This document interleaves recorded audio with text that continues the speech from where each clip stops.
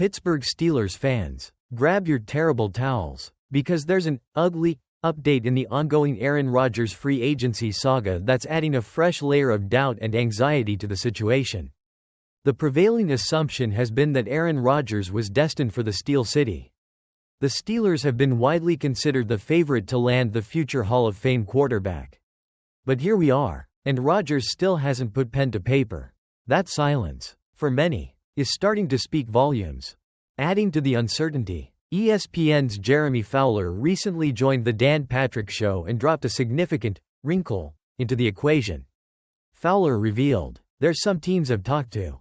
They're still kind of wondering. Like, is Aaron Rodgers just waiting out the Vikings?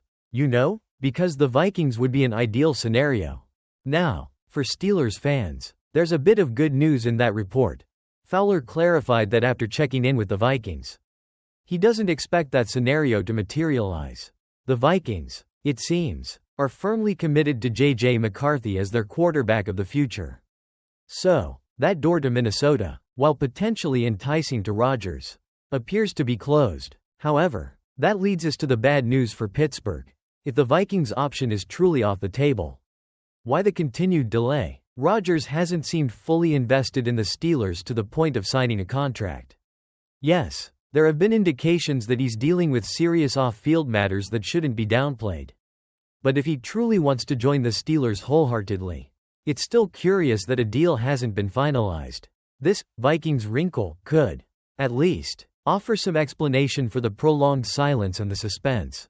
Ultimately, this whole situation might mean nothing in the long run. If Rodgers eventually signs, most Steelers fans will likely breathe a sigh of relief.